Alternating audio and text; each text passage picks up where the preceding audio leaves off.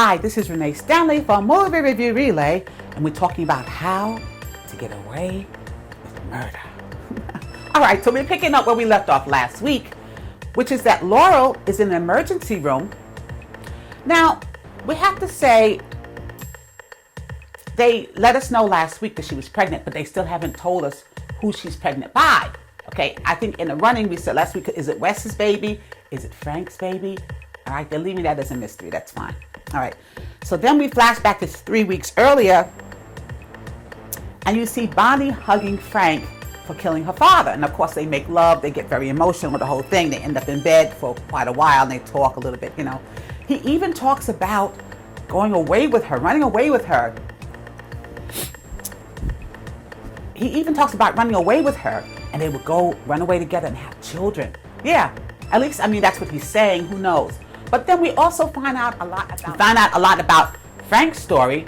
Frank evidently was a youthful offender. He killed, when he was 13 years old, he killed his father. And you see Sam coming into the room to try to help him. You know, he's a young man now. He's been in jail some time for this murder.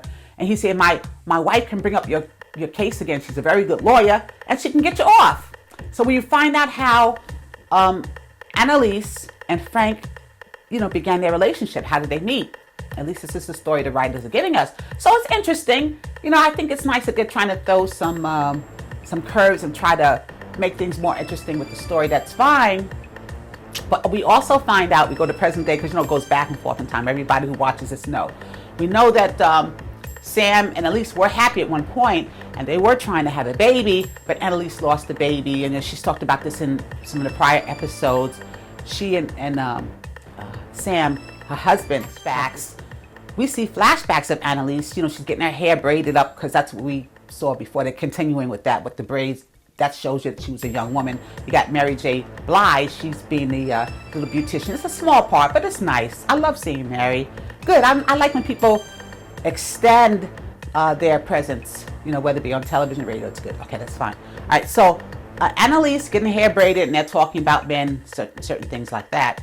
But during this time, Annalise is pregnant. She loses the baby, by the way. We learned that last season. Sam seems to be very compassionate and very sweet to her at that point. They didn't always have a volatile marriage. Evidently, they had a good marriage at one point. You know, okay. But when they go back to present day, you see Annalise, and she's a mess. You know, I have to say, don't watch this episode when you're eating. All right, she's drunk, pissy drunk. She's got vomit in her hair. Yeah, it's a mess. So I don't like them making her so unappealing, only because we don't have enough black actresses and black parts to counter the negative parts that are out there. I said that before, but that's fine. I understand the How to Get Away with Murder people and like ABC. I guess they're trying to shake things up to get the ratings up and things like that. That's fine.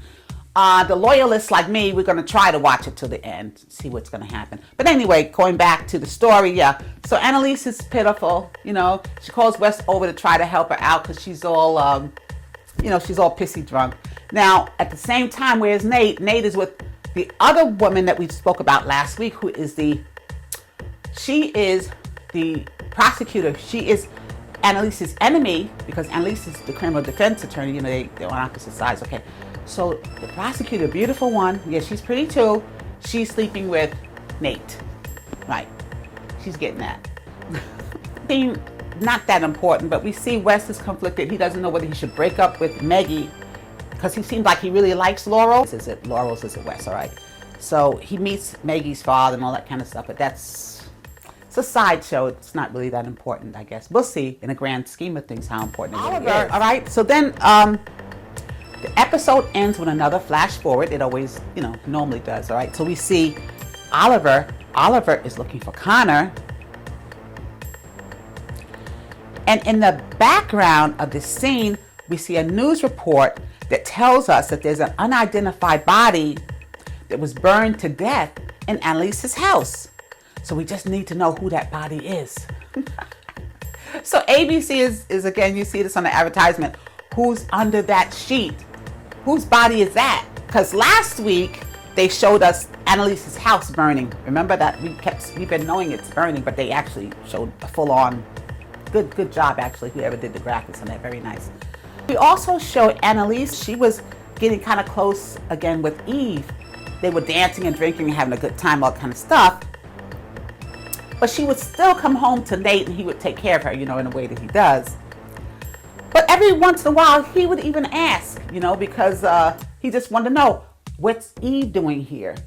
How are you involved with Eve? Because at first she tries to hide it. She tells Bonnie, don't tell Nate that Eve is in town or whatever it is, you know, I'm going out with Eve again. And last week is when we saw, as we said earlier, we saw Frank kill Bonnie's father. Remember, he snuck in with the outfit, the janitor's outfit on and everything, he had the gas and all that kind of stuff, all right?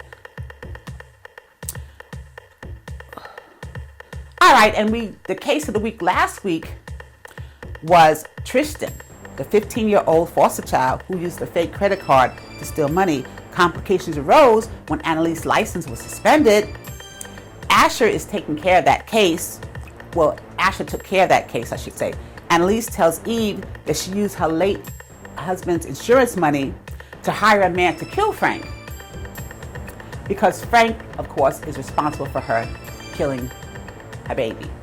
She thinks Frank is the one that, you know, drove the car into her on purpose so that she could miscarry. You know, as hard as it was for her to have it. It's a very emotional scene, you know, when they show Annalise with the blood coming down, you know, when you're miscarrying in such a horrific way, you know, your heart really goes out to her. The writers did a good job with that. All right? And later, Annalise confronts her boss, you know, because they're trying to get rid of her. She knows it. Annalise knows they're trying to get rid of her. But she's already threatened lawsuits and everything else. But when she goes, Annalise, to this alcoholic anonymous meeting, I guess it's AA, you know, Alcoholics Anonymous, right? Yeah, AA. She sees her boss there. So the boss feels, okay, here you are, you're getting help, that's great. But, you know, she has to hold up a front. She doesn't, I guess we never thought, none of us thought that Annalise and the boss are both alcoholics, or at least they're struggling alcoholics, you know. That's the way it is, all right? Because you go into a meeting and you say, I am an alcoholic, whether you have been clean for 10 years or one day. That's what everyone says when they go in there. So those two people are in the same boat in a way. They're both struggling alcoholics. Eve has already told Annalise that she fell in love with another woman. And she told Annalise, I'm moving away. I'm going to be living with this woman. She's my sweetheart. Yes, I do love her. Do I love her more than you? I mean, I guess we have to think about that. But she lets Annalise know that, yeah, she's given up on the relationship. She's going to move away and start her life with another woman. Annalise shed some tears. She seems like she's genuinely cared for Eve, but she understands that she can't give Eve the commitment that Eve wants, you know. So Annalise is sad. She cries a little bit over it, you know. She does. Yeah, it's a very touching scene. I think I like it. All right, so Annalise and Eve share a tearful embrace, and that's it. They part. But in the meantime, like I said, what is she going to do with Nate now? Because Nate, well, they never had a commitment, so then it's not like they were married, right? So I guess it's all right. Okay, so until we meet again, it's Renee Stanley for Movie Review Relay. God bless.